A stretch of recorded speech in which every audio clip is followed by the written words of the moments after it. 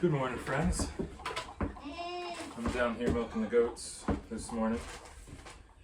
I thought I would share with you how we got into dairy goats and some things we've done along our way the past few years, and maybe some pros and cons, some things we like, don't like about goats, and maybe a little comparison to cows.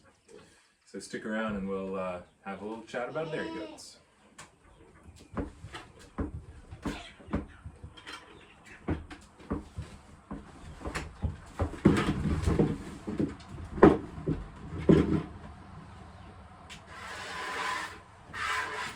So we got into goats about 5 years ago. My wife had a patient, she was doing home health care, had a patient that had a bunch of goats. And she had been doing dairy goats for, who knows, 20 plus years. We kind of became friends with that family. Uh-oh. Kids are getting out.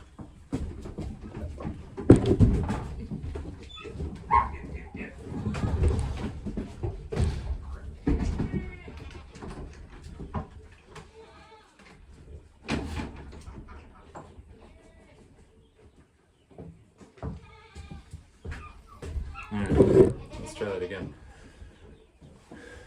So we had built a relationship with them and really become friends. It was an older couple, and they really were open and looking to share their knowledge. June is not being very cooperative with me this morning. And so we went over there quite often and hung out with their goats, hung out with them and really picked their brains about everything. Because we knew we wanted a dairy animal. Again, focused around the thoughts of Justin Rhodes and people like the Dohertys. If you're familiar with Justin Rhodes, you're probably familiar with the Dohertys, the homesteading family that's really shared a lot on the internet the past few years. But we really liked the idea of a dairy animal. And goats were very unintimidating. They're small. If they're not doing what I need them to do, I can literally just pick them up and put them where I want them to be. You can't do that with a cow. So that was very appealing as someone who had never been around large animals. But also early on, the appeal, they are a seasonal milker in most cases. Some people do milk year-round. I'm not quite as familiar with that. But most people doing goats, at least around here, are milking from March, April, depending on when they kid, maybe as early as February, depending on their schedule, and then milking through the end of the year. So essentially, goats are bred every year, and while for the last 3 months of their pregnancy, most people aren't milking. You can milk a little bit into that pregnancy, but most people are letting the goats just sort of have all of their own nutrition to build their babies. So we like that idea, having the winters off. Milking through the summer and having the winter off. That was a real appeal as we were first getting into all this. So we ended up buying quite a few goats. I think we got 4 or 5 from that couple we had first become friends with and started milking. But the problem is, once we got into goats, we started meeting tons of people with goats and dairy goats. And we ended up acquiring, I think at one point we had 12 goats that we were milking within that first couple years, which was incredibly overwhelming. But being our entrepreneurial selves, we decided to see outside of making crafts with it, goat milk soap, sugar scrub lotion, all kinds of things like that. We decided to see if we could sell it. It had recently become legal to just sell outright in our state. So we went with a herd share model, which worked really well that first year. We were just selling to 4 or 5 people, so we were selling, maybe 3, 4, 5 gallons a week, which was really fun and very fulfilling to sell the fruits of your labor so directly like that. And so, just like everything else on the farm, we decided we'd try and scale up. And we got a milk machine and doubled our herd share size. We were selling milk, I think, to 12 or more people at one point.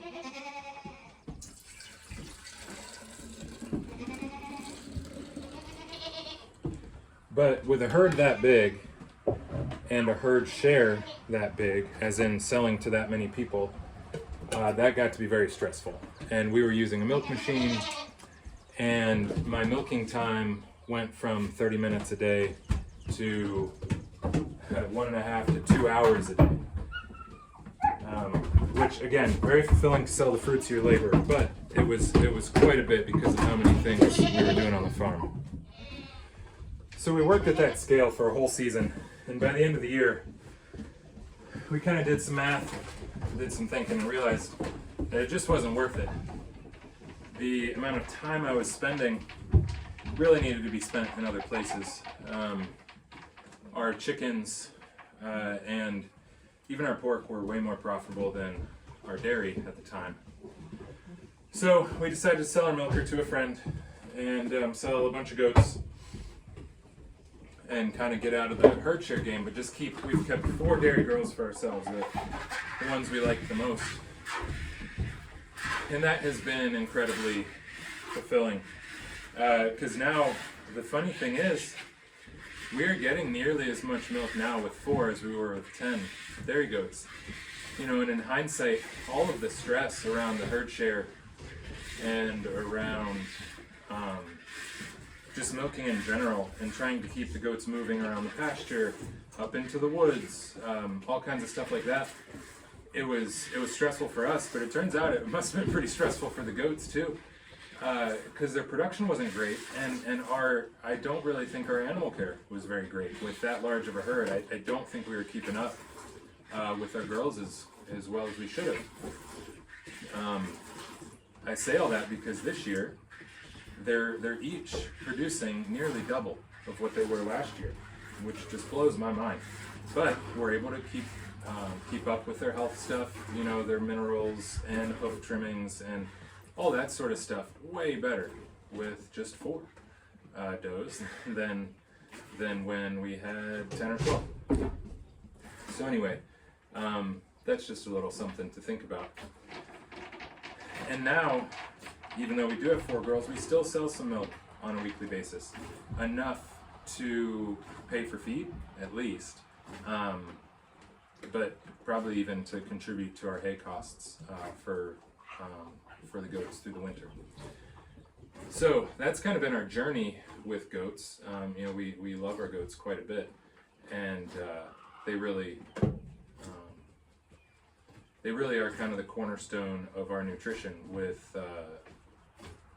With our boys drinking milk, us drinking a lot of milk, but we do the yogurt and cheese.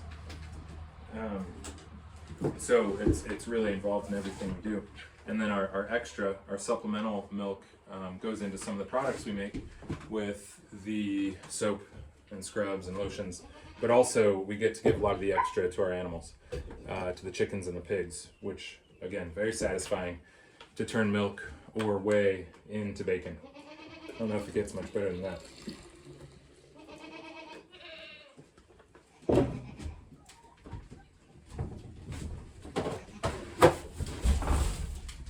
So now that we have been doing dairy goats for a few years, we kind of gotten the whole dairy thing under our belts, we are starting to realize that some of those pros, some of the things we initially liked about goats, are kind of slowly becoming cons.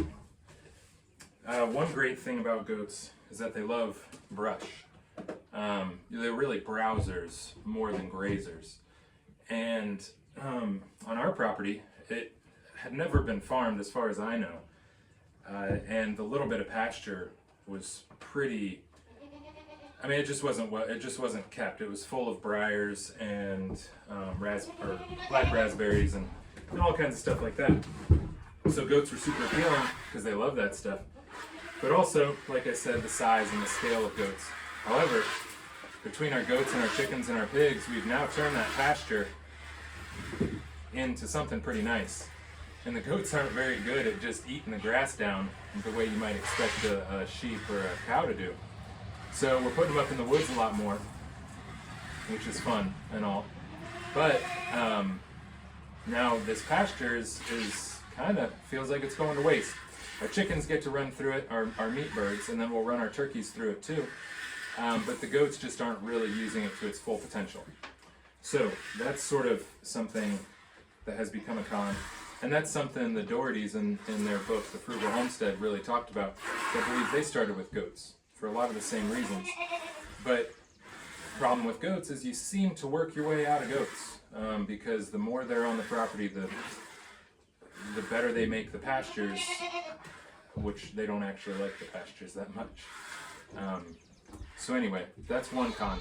And then the other thing that, again, we really liked, the seasonality of goat dairy, we have found we actually don't like that very much, because our boys are consuming so much milk and we enjoy the milk so much that we really would like to have it as a year-round staple.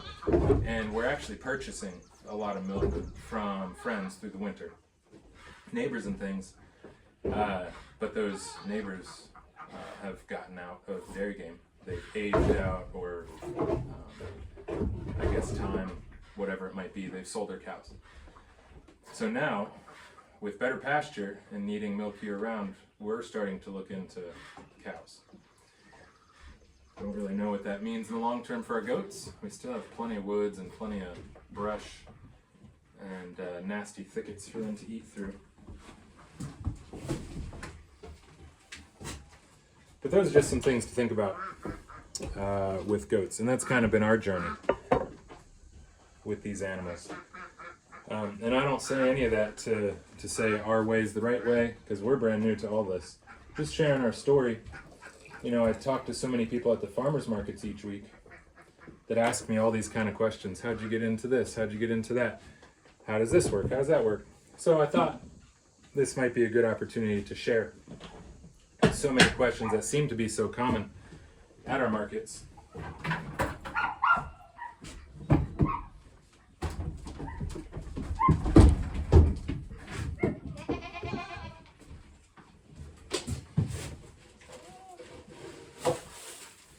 So I'm on the last girl, Fiona, here. I'll go ahead and wrap all this up. That's been our journey with goats.